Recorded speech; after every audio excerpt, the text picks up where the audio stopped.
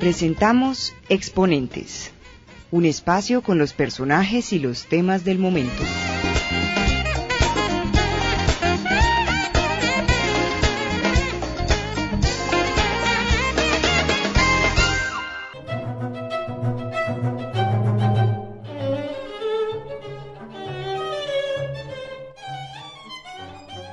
Los nuevos retos, los nuevos desafíos de las organizaciones están fincadas en el mejoramiento de la calidad de vida de los equipos de trabajo, señala el consultor, investigador y académico chileno Fernando Vélez Montero, quien es nuestro invitado hoy. En ese orden, el concepto que se estructura es la resiliencia, sobre el cual expresa el doctor en comunicación organizacional Vélez Montero. La palabra resiliencia es un concepto que no tiene más de 30 años, y es un concepto que lo que plantea es cómo revertir la adversidad. Un ejemplo, imagínate, Alberto, dos ciudades que son de la misma cantidad de personas, con la misma economía, la misma arquitectura. Viene un terremoto y se caen las dos ciudades. Y una se reconstruye a los 5 años y la otra a los 30 años. ¿Qué hicieron esas personas que en 5 años levantaron la ciudad? ¿En qué emocionalidad estaban? ¿Qué tipo de liderazgo tuvieron? ¿Qué coordinación de acciones hicieron para poder emprender tamaño de desafío de reconstruirla en 5 años? Entonces la resiliencia es cómo revertir la adversidad, cómo salir de una crisis, cómo transformar un escenario crítico en un escenario de posibilidades. Y eso, obviamente, llevado al mundo de las empresas, es muy simple. Estamos en lo que es la sociedad de la incertidumbre, están cambiando las organizaciones día a día, cambian la estructura, los organigramas, se generan fusiones de organizaciones, se generan también crisis económicas. El punto es cómo yo puedo generar organizaciones internamente cuidadas y fuertes para así abordar los escenarios de inestabilidad que hay en forma cotidiana. El también conferencista y director del Grupo DIRCOM para Latinoamérica en Chile es ampliamente reconocido en los campos del marketing interno, la comunicación en 360 grados, la innovación, la auditoría en comunicación y la construcción de liderazgo comunicativo, además de contar con una muy completa producción de textos. Yo soy coautor de 5 obras, más un libro que escribí solo, que es Comunicar, que lo lancé con la editorial Gediza a nivel iberoamericano. Sobre su última obra de resiliencia señaló: mi escritura apunta al articular sentido. Articular sentido de las personas que están estudiando. Me interesa formar porque he sido docente por muchos años, pero también me interesan los consultores, me interesan los gerentes de las organizaciones. Me interesa que los libros vayan finalmente a los procesos conductuales de las organizaciones y de ahí intervenir los sistemas de creencias, que son los lugares comunes muchas veces. Por ejemplo, pensar que el liderazgo tiene que ser autoritario y verticalista. Entonces yo, por ejemplo, hablo del liderazgo coach, que es un liderazgo que se conecta con las emociones de las personas, es un liderazgo que apunta a acompañar procesos de cambio en otros, que no habla de equipos de trabajo, sino que habla de comunidades de aprendizaje. Entonces, a mí me interesa una mirada transversal que intervenga el mundo académico y el mundo de las empresas, y me interesa también que la gente se movilice, ¿ya? Después de leer los textos. Dijo en torno a las realidades de las organizaciones. A ver, a mí me ha tocado viajar harto en América Latina y lo que yo veo es que América Latina tiene un estilo de liderazgo muy marcado, que es el típico liderazgo capataz, que es un liderazgo poco carismático, que convoca poco, que está en un plano informativo más que en un plano comunicativo. Entonces, informar es dar y comunicar es entenderse. Están pensando de que no hay que escuchar, sino que hay que entregar información a la gente. Y no, hoy día un liderazgo medianamente que se ranquee, un liderazgo que entiende que tiene que tener un escuchar activo, completamente. Es un liderazgo que le cuesta llevar el trabajo al mundo del sentido, al por qué y el para qué. Entonces yo creo que de ahí solo veo posibilidades para América Latina. Me ha tocado trabajar en el Estado y en empresas privadas en diferentes países. Y lo que siempre me llama la atención es que la forma de entender el colectivo organizacional es muy parecido, ¿ya? En donde la confianza, por ejemplo, es un tema que a ratos desaparece y nunca más apareció. Entonces, ¿cómo se construye una organización si no hay confianza? ¿Cómo se coordinan acciones? ¿Cómo se articulan, yo diría, nuevas formas de generar prácticas? Yo, por ejemplo, tengo un cuento fuerte con lo que es la integración apreciativa, la psicología positiva. ¿Cómo generamos organizaciones agradecidas, colaborativas, que se vayan a las luces, no solamente a las sombras, ¿ya? Que entiendan el aprendizaje como un espacio permanente.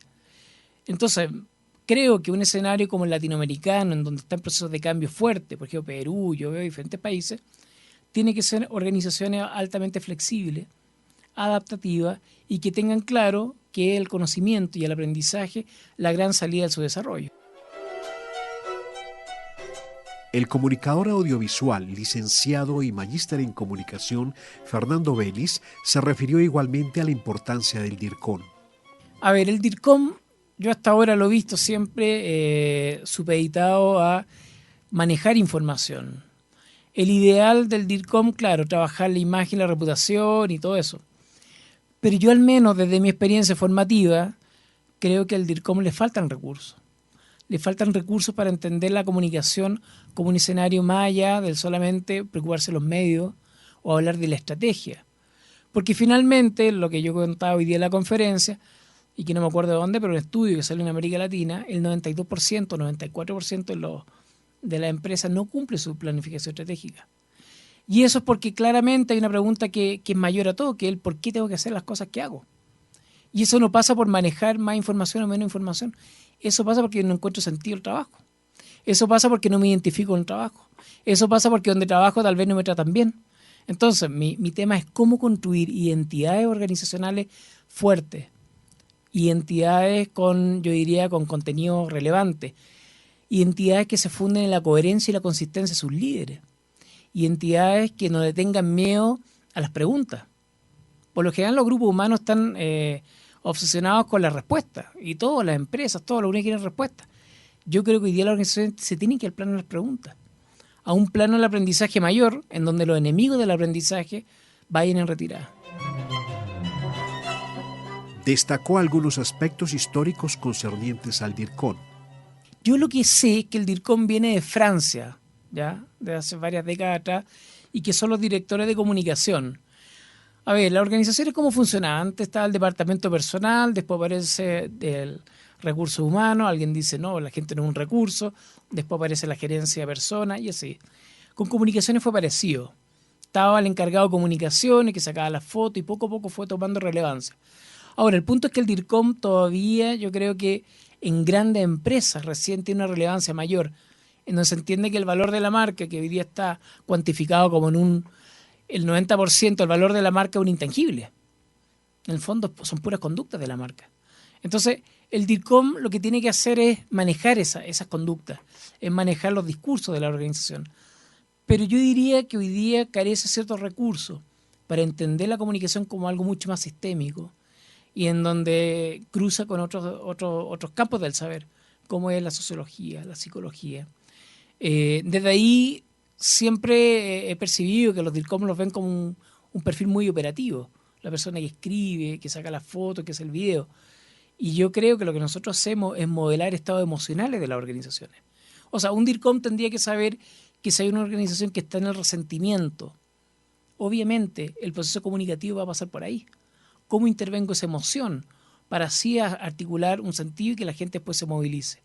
Entonces el trabajo nuestro yo creo que es un trabajo mucho más complejo y que creo que las empresas todavía no lo ven y por otro lado los comunicadores tampoco lo estamos validando como tema por abordar en estos tiempos. Por otro lado, hace referencia a la significación que registra la comunicación en las organizaciones. Yo creo que la comunicación ya se tomó un espacio. Hace 20 años atrás hablar de un máster en comunicación organizacional era decir, bueno, ¿qué es eso? Hoy día ya existen los doctorados, mi doctorado en comunicación organizacional.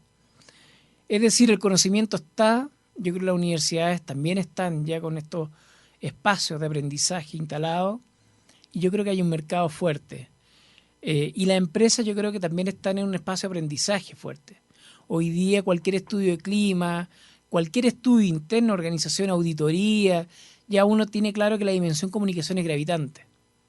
Es más, yo diría que cada vez se habla menos de la comunicación interpersonal y se está hablando más de la comunicación intrapersonal, que es conmigo mismo. Un poco lo que hacemos los coaches ontológicos, que es trabajar desde esa dimensión. ¿Cómo me cambio yo para después cambiar a los otros?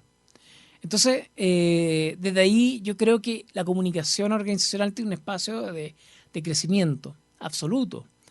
Sí creo también que hay que empezar a instalar nuevas miradas, nuevos puntos de vista para hacer de la agenda de los comunicadores una agenda más nutritiva y yo diría que intervenga con mayor fuerza en las conductas de las personas.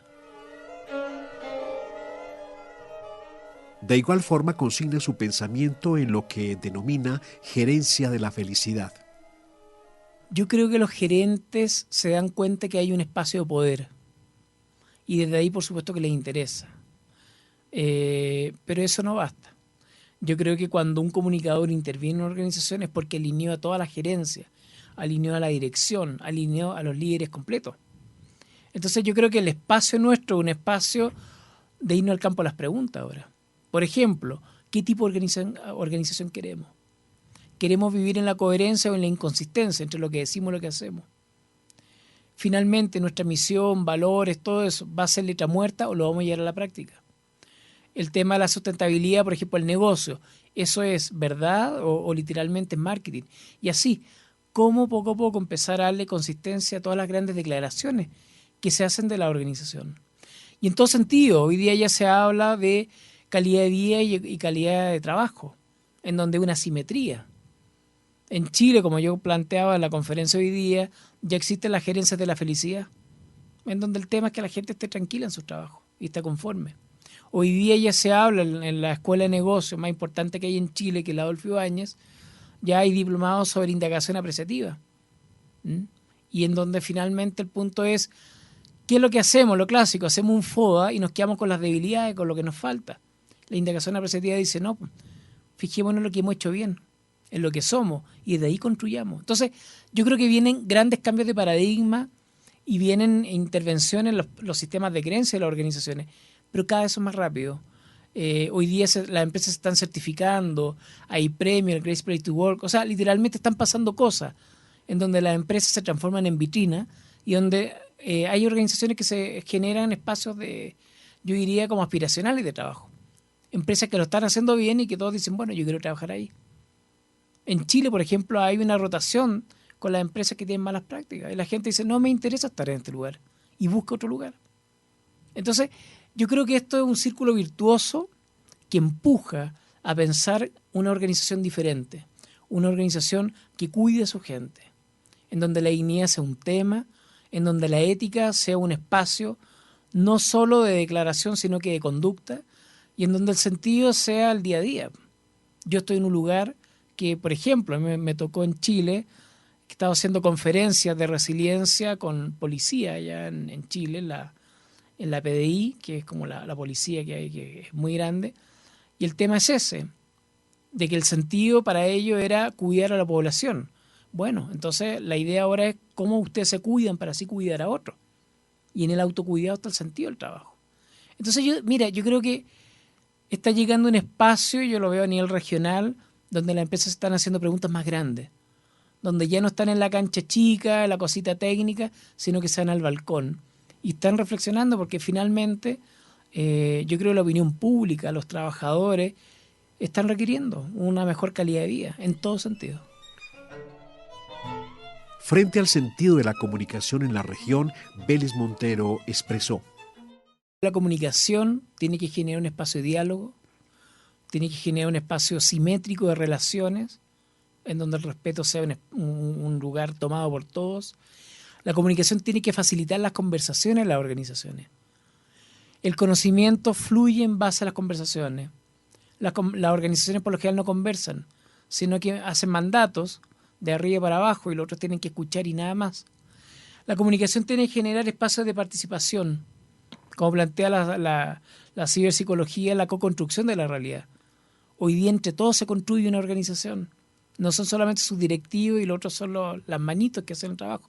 No, hoy día es de todo.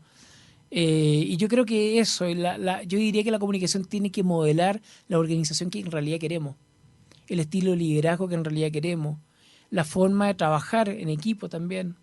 La comunicación tiene que también generar conocimiento, tiene que darle presencia al conocimiento, tiene también que darle visualidad a las buenas prácticas. Yo creo que la comunicación tiene mucho que hacer, Pero insisto, comunicar, informar es dar y comunicar es entenderse. Yo creo que el 90% de las empresas en América Latina están en plano informativo.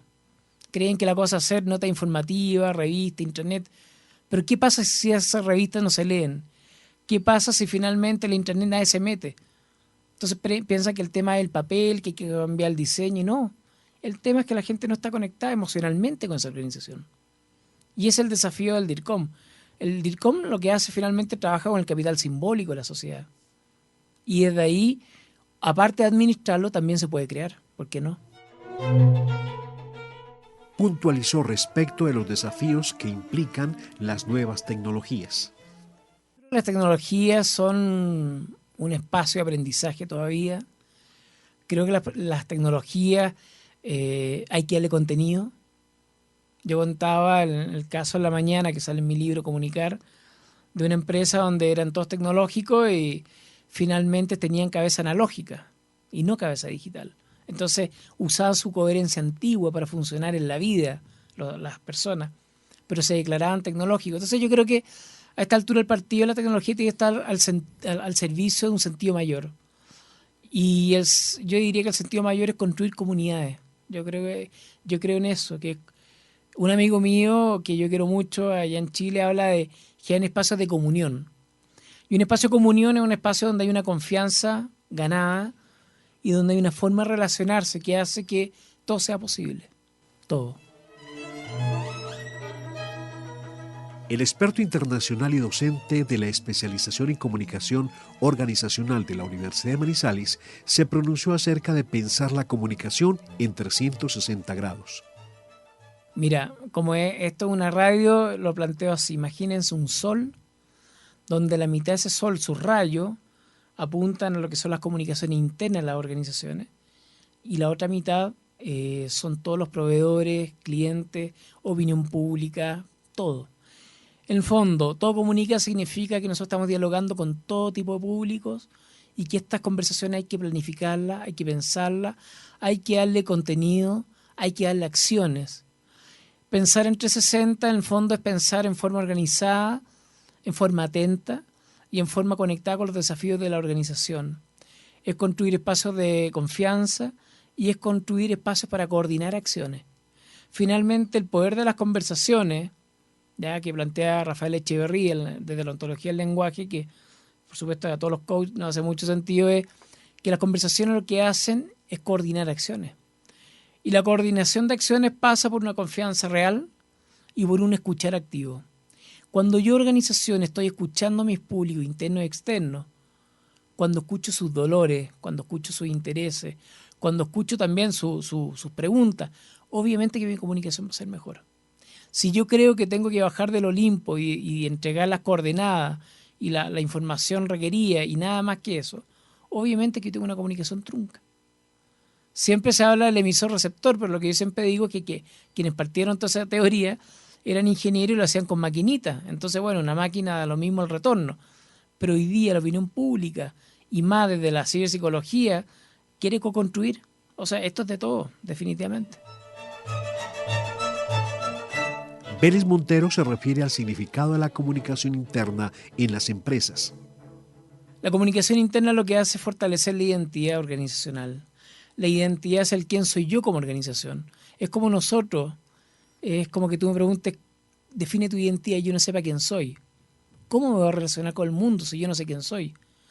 Entonces la identidad se funda de una comunicación activa, se funda de contenidos verosímiles, con valores practicables, con una misión que medianamente sea cumplible. O sea, yo te diría que la comunicación lo que hace, fideliza contenido, articula sueños colectivos, motiva, alinea también, desafía los sistemas de creencia, ¿ya? Y yo te diría que lo más importante, yo creo que una buena comunicación interna lo que genera es potenciar las comunidades de aprendizaje. Las organizaciones flexibles y adaptativas son las organizaciones que no le tienen miedo a las preguntas y que constantemente están entendiendo que el conocimiento hay que construirlo y a la vez también hacerlo fluir. Y eso pasa por conversaciones que literalmente tengan un sentido mayor a la tarea diaria. Por eso que muchos líderes se quedan en el trabajo chico y desde ahí no se dan cuenta de las grandes necesidades. Una organización, por lo general, lo habitual es que trabaja por proceso, pero por lo menos que sean los líderes los que dan la mirada sistémica, porque si no yo no tengo claro cuál es mi rol. O sea, mi rol parece que es colocar la tapa a la botella, pero yo no tengo claro qué significa esto. Por eso la comunicación yo diría que hace fluir a la organización y da visibilidad también a las cosas buenas que se han hecho. Expresó asimismo su concepto en lo concerniente a los alcances de la reputación, aspecto que hoy ocupa toda la atención de las organizaciones. La reputación es la coherencia, es lo que tú has sido en la vida. Antes la imagen, claro, yo podía, como una marca de artículos deportivos que tenía unos niños trabajando en horario increíble y niños de 7, 8 años. Entonces, bueno, esa imagen se lava después. La reputación yo diría que es la aspiración que tiene hoy día la gente, que ya no le interesa la agencia de publicidad con su retoque ya a la falencia de la organización. La gente quiere la conducta en el tiempo de esa empresa. La gente quiere ver la coherencia en los momentos críticos. Quiere ver cómo fue la conducta. La imagen es una foto y la reputación es una película. Yo creo en la película. Llamó la atención en lo que tiene que ver con el papel de la universidad. Las universidades tienen que formar, pensando en la comunicación, en algo más complejo que solamente hacer nota informativa. Creo que eso es clave. Hay que pensar que la comunicación es con personas y que la condición humana en sí es un tema. Creo que hay que pensar la comunicación también con otros recursos, como es la educación, como es el trabajo colectivo. Es decir, como un DIRCOM dialoga con recursos humanos y juntos hacen cosas para intervenir la cultura, por ejemplo. Y por otro lado también creo que la empresa, yo creo que el desafío de la empresa es ponerse a la altura de los tiempos, en donde el negocio sea tan potente como también es potente la calidad de vida dentro de la empresa. Y para eso hay que desafiar las clásicas creencias de cómo tiene que funcionar una organización. Por ejemplo, en Chile, yo estuve asesorando a Yerda Oasa, que es una siderúrgica multinacional, que es tremenda. En Chile se gana todos los grandes premios de responsabilidad social y todo eso. Y esta es una empresa donde la tendencia, y la tendencia también mundial, es que los organigramas son más planos. Y esta empresa, su organigrama es más plano, y a la vez las oficinas son más abiertas, no hay muros. Es muy raro. Entonces yo cuando estaba en reuniones, llegaba y se acercaba gente de todos lados. ¿Por qué? Porque una organización que tiene claro que el conocimiento está fluyendo y que todos tienen que manejar la información. Son espacios más transparentes. Hay transparencia absoluta. Hay transparencia en remoción de cargo. Hay transparencia en evaluaciones. Entonces, desde ahí es una dimensión ética tan potente que la gente todo lo cree lo que pasa ahí. Y esa empresa, cuando tuvo crisis, que yo lo pongo en mi libro ahora, cuando fue la crisis económica del 98, salió el gerente, tomó a todos los trabajadores en un galpón y les dijo: señores, estamos en una crisis tremenda, estamos perdiendo mucha plata, pero no vamos a echar a nadie. Vamos a hacer algo, lo imposible, pero nadie se va. Tal vez nos vamos a reciclar el trabajo, tal vez vamos a tener que cortar el pasto, pintar la industria, pero nadie se va.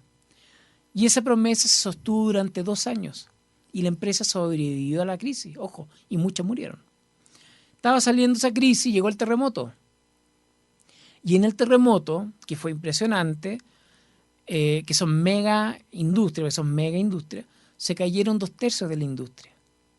Y esa organización, como se define organización inteligente, porque todos manejan la información, las cabezas de la organización estaban en un viaje fuera de Chile. Y fueron los trabajadores, pero la base organizacional, la que hizo funcionar la industria, porque ellos tienen autonomía. Entonces, una organización empoderada, una organización con autonomía, con criterios unificados y por otro lado con un sentido del colectivo. Y yo creo que los comunicadores tienen que apuntar para allá. Por eso que yo creo que el tema de informar, comunicar me parece muy bien, pero creo que hoy día el desafío es mucho mayor. Hoy día el desafío es por qué yo tengo que estar en esta empresa, o por qué tengo que tolerar un maltrato, o por qué yo tengo que entender que estos líderes tienen una miopía impresionante. Y el punto es cómo ese DIRCOM, junto con otros aliados, articula una ventana que no está contemplada, para que esa organización, yo diría, se vaya un sentido mayor de lo que es el trabajo, de lo que es la productividad, de lo que es el desafío, de lo que es la comunidad de trabajo también. Enfatizó finalmente en los desafíos de la comunicación en Latinoamérica. Súper simple. Hace 2 años llegó un estudio de Chile donde salía que un obrero sueco tenía mejor comprensión de lectura que un gerente chileno. Que en Alemania se leen 18 libros y en Chile se leen 1.2. Que no me acuerdo qué país van 7 veces al cine y en Chile vamos 0.9 al año. Entonces, mira, si tú me preguntas cuál es el desafío, y al menos yo lo hago, o sea, yo desde mi tribuna, humilde tribuna, yo creo que hoy día un comunicador tiene que ser un artesano que modele proyectos, que modele la comunicación, entendiendo que la organización puede ser tan diferente como un partido político, una empresa, un ministerio. Me imagino un artesano que no tenga complejo en decir estas son las distinciones, estos son los factores de crítico de éxito, estos son los requerimientos que vamos a tener. O sea, que literalmente se desarrolle un modelo a la medida. Yo creo que América Latina es una región creativa con carisma. La definición de carisma es luz propia. Bueno, yo creo que un DIRCOM tiene que ser una persona con luz propia, con autonomía de vuelo y, por otro lado, entendiendo que las organizaciones, por ejemplo, en Chile, es delirante pensar que una organización chilena es parecida a una organización gringa. No tenemos por dónde.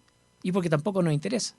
Entonces, desde ahí, yo creo que una mirada latinoamericana es una mirada que es un zapato a la medida. Y que, en el fondo, tiene una mirada bastante más ecléctica a lo que nosotros pensamos.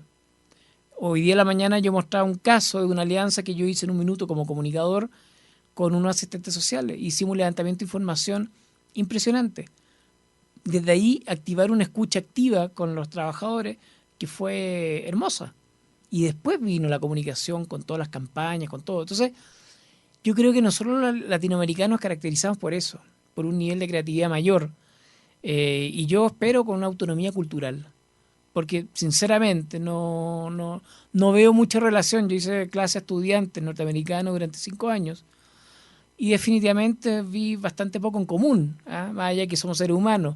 Creo que en América Latina, y me ha tocado verlo con los amigos de CIESPAL en Ecuador, o en Venezuela, en varias universidades de allá, o acá en Colombia, o en Argentina, o el propio DIRCOM, ¿ya? Donde está el Juanjo Larrea metido y gente muy potente, que obviamente nosotros tenemos una mirada muy latinoamericana, regional, y desde ahí cargada de sentido. O sea, yo veo muchas posibilidades. Y te lo puedo decir, el DIRCOM Latinoamérica, que yo lo he usado y lo he trabajado en Chile, es un espacio de encuentro para todos los comunicadores. Poco a poco, es lento y para eso hay que tener paciencia, pero yo veo un tremendo espacio de aprendizaje y para hacernos preguntas más grandes de las que nos estamos haciendo hoy día. Agradecemos la presencia en este espacio del maestro chileno Fernando Vélez Montero. Gracias también a todos nuestros oyentes por su sintonía. El sonomontaje corrió a cargo de Santiago Díaz. En la dirección y presentación, Alberto Bedoya.